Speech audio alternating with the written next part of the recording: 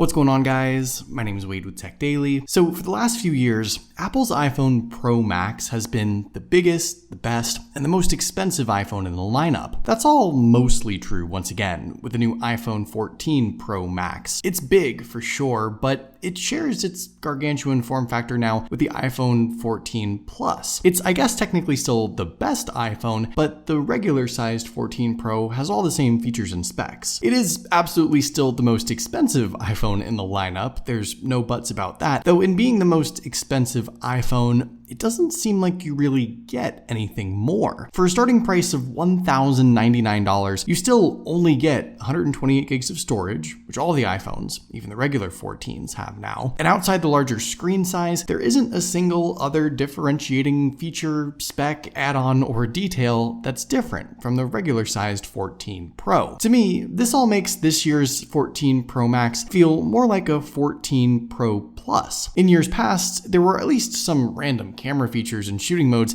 that made the Pro Max measurably different, but not this year. So I don't really think the Max distinction is justified anymore. And with Apple now utilizing the Ultra branding, like the M1 Ultra processor and the Apple Watch Ultra, this leads me to believe that a truly better and more expensive iPhone should be an Ultra. This one certainly isn't that. Now, that's not to say that there's anything wrong with this year's iPhone 14 Pro Max. And in fact, if you've been holding on to an older iPhone, I think it is worth upgrading to this one. But the iPhone 14 lineup this year also has relatively few changes versus last year, which I'll talk about too. So I think upgrading to a new iPhone every single year is also a thing of the past. By the way, if you'd like to upgrade your ride, Omaze is giving you the chance to win a brand new eco-friendly Tesla Model X Plaid, and you can support a great cause in the process. Omaze gives people the chance to win once-in-a-lifetime prizes while helping raise money for charity. This time, they've partnered with Reverb, a nonprofit organization that aims to promote sustainability by reducing the environmental impact of concerts and music festivals. Reverb offers reusable water bottles for festival goers, helps donate and compost food waste. You might have seen some Reverb volunteers on tour with the likes of Harry Styles or Billie Eilish. Reverb has made an impact at over 6,000 events already, and they've helped eliminate more than 250,000 tons of CO2. If you're passionate about both music and the environment, and you want a chance to go 0 to 60 in 2.5 seconds in a brand new Tesla Model X Plaid, head on over to omaze.com/techdaily or click the link below in the video description to help support a great organization like Reverb and to enter for your chance to win. And thanks so much to Omaze for sponsoring this video. So like I mentioned, the first and really only thing that's different with the Pro Max iPhone versus the regular 14 Pro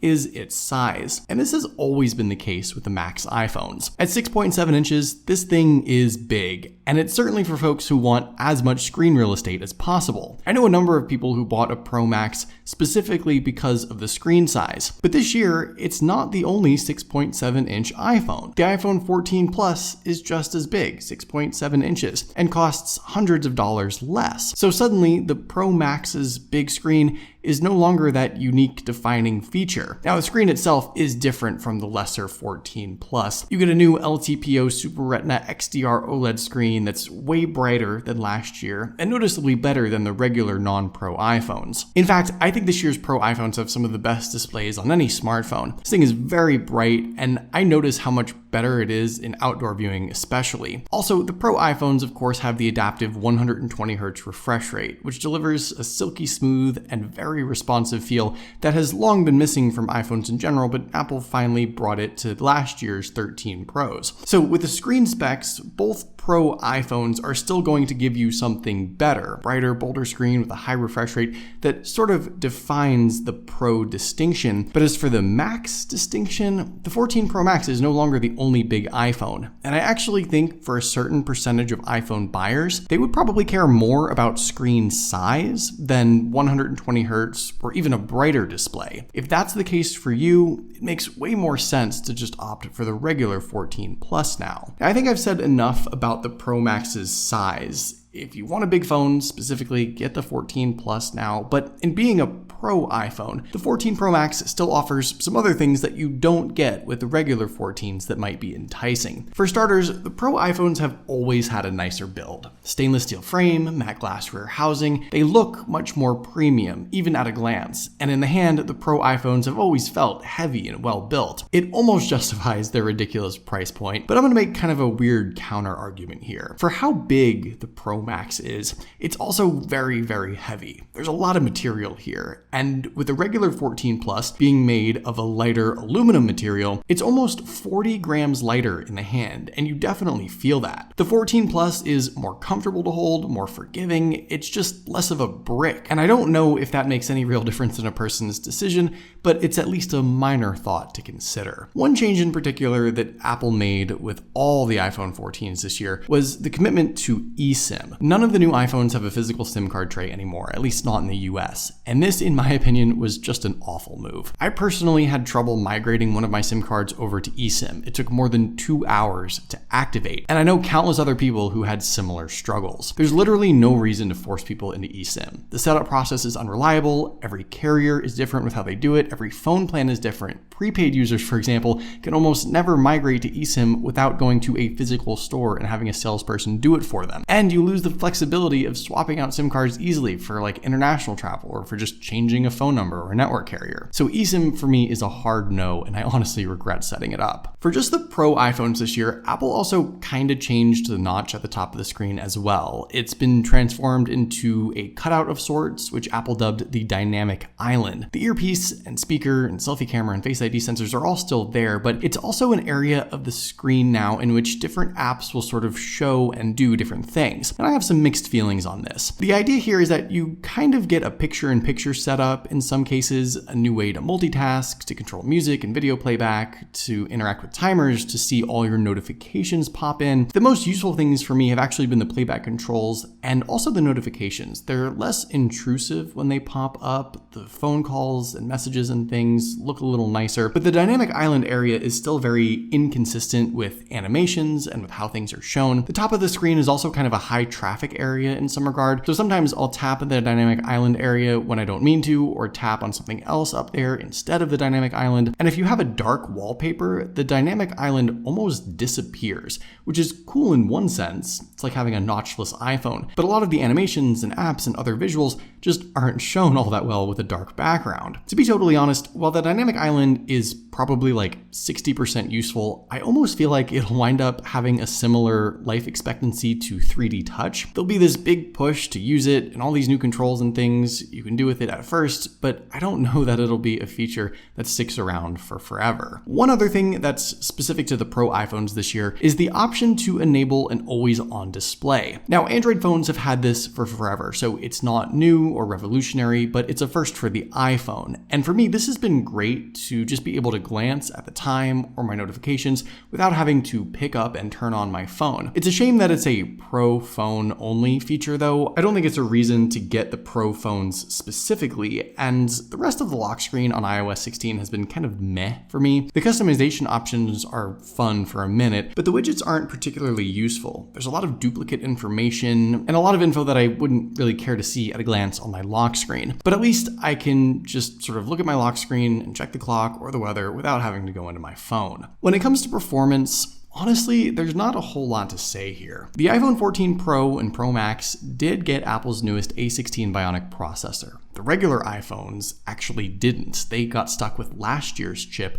which is something Apple has never done before, so it would seem like the Pros would have some performance advantage. But for me, iPhones from like the last 3 or 4 years now have been consistently and similarly quick. And in day-to-day usage, I don't know that anyone could tell if you have the latest chipset inside or something from last year. iOS as a whole is so well optimized. Every game and third-party app has such high standards to be in the App Store, and everything from the hardware and the software are just made for each other, that you really aren't going to get a huge performance bump year over year anymore. That's my opinion at least. Feel free to offer a counter argument, but when even Apple doesn't bother to upgrade the processors in the new iPhone, I think that says something. We're probably at peak performance for a mobile device at this point, and I'm not really sure where we even go from here. here. The thing that Apple should be focusing their efforts on more actually is battery life, and the new iPhone 14s all do have better battery life compared to last year. Now, if you've been waiting for me to say something about the 14 Pro Max's battery life in particular, which I'm sure you are, here it is. Yes, this Pro Max gets the largest size battery across the iPhone lineup, and yes, it technically can outlast all the other iPhones during a day's usage. Most battery tests I've seen have confirmed that, and my own usage suggests that as well, but everyone's usage is different. The Pro Max, on average, will probably afford you an extra hour or two of life each day, but I don't think that's a selling point or defining factor for this phone specifically. The 14 Plus also has a bigger battery, but these big phones also have bigger screens that take up some of that juice. So this is a your mileage may vary kind of stipulation. The 14 Pro Max will outlast the rest, but I don't consider it to be a defining feature for this phone. Also, Apple's charging speeds, both wired and wireless, have really not changed in the last couple of years. While the competition touts super fast charging and 0 to 100% times in a matter of minutes, this phone still takes an hour or more to fully charge up, and the 15-watt wireless charging, still only via MagSafe, 7.5 watts in every other accessory, is slow and inefficient. For a Pro Max iPhone like this, especially with such a big battery, I'd expect something better. Finally, the thing that Apple seems to be most committed to with their new iPhones really the last few years is improving the cameras. And this time around, the 14 Pros get a brand new main lens and a few additional features that definitely up their capabilities. However, it's important to note that between the 14 Pro Max and the regular 14 Pro this year, there is no difference at all in anything camera related, unlike in previous years. So the selfie camera is still your 12 megapixel shooter up front. Nothing has really changed there. But around back, the main lens is now an all new 48 megapixel f1.8 aperture lens, paired with a more capable 12 megapixel lens with 3 times optical zoom now, and a 12 megapixel ultra wide lens. Now, I'm no cinematographer or professional picture taker. I use my iPhone to snap pictures like I think most people would too. Just pull it out of your pocket and snap the pic. But there are a handful of new things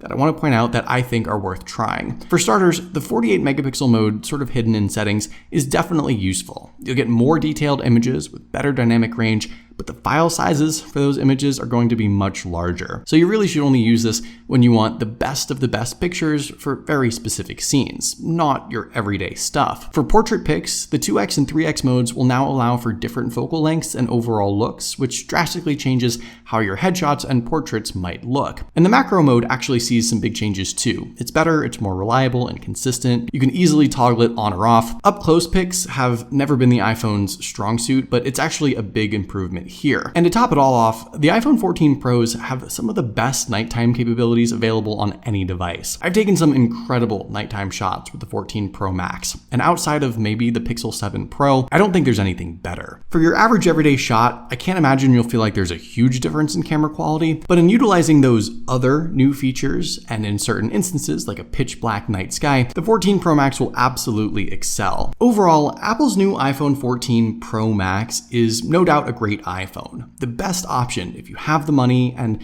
specifically want a big screen too. But the big screen is kind of it. And the big screen is now available on the 14 Plus. I don't know that the Max distinction is really the right thing to dub this iPhone anymore. It isn't any better than the regular 14 Pro, so for consistency's sake, it should just be called the iPhone 14 Pro Plus. And if Apple wants to make the jump to an Ultra, or maybe even reclaim the Max distinction, there obviously needs to be way more features and over-the-top specs here to defend that. Even just calling it a Max makes it seem like you're getting something more, but that's not the case any longer. But what do you guys think of the iPhone 14 Pro Max this year? Let me know in the comments down below. I'd love to hear your thoughts, of course. Hopefully you guys did enjoy this video though. Be sure to follow TechDaily on Twitter and subscribe to the TechDaily YouTube channel if you haven't already, and I'll see you guys later.